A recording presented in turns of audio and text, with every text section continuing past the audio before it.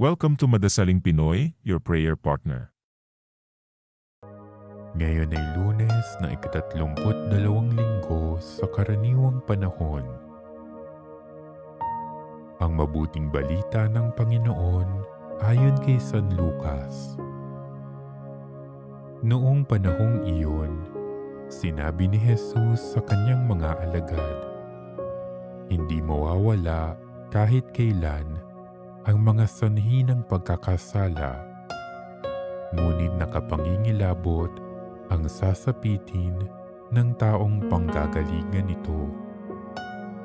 Mabuti pa sa kanya ang bitinan ng isang malaking gilingang bato sa leeg at itapon sa dagat kaysa maging sanhi ng pagkakasala ng isa sa maliliit na ito.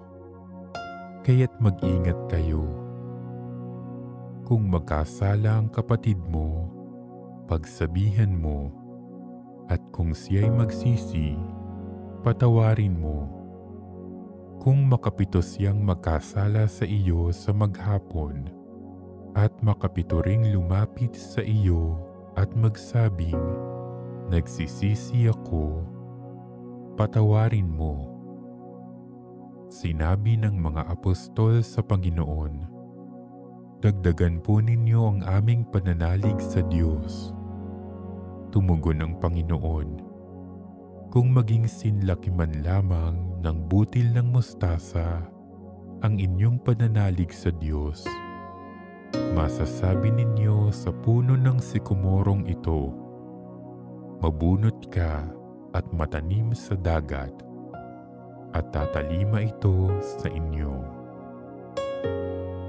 Ang mabuting balita ng Panginoon.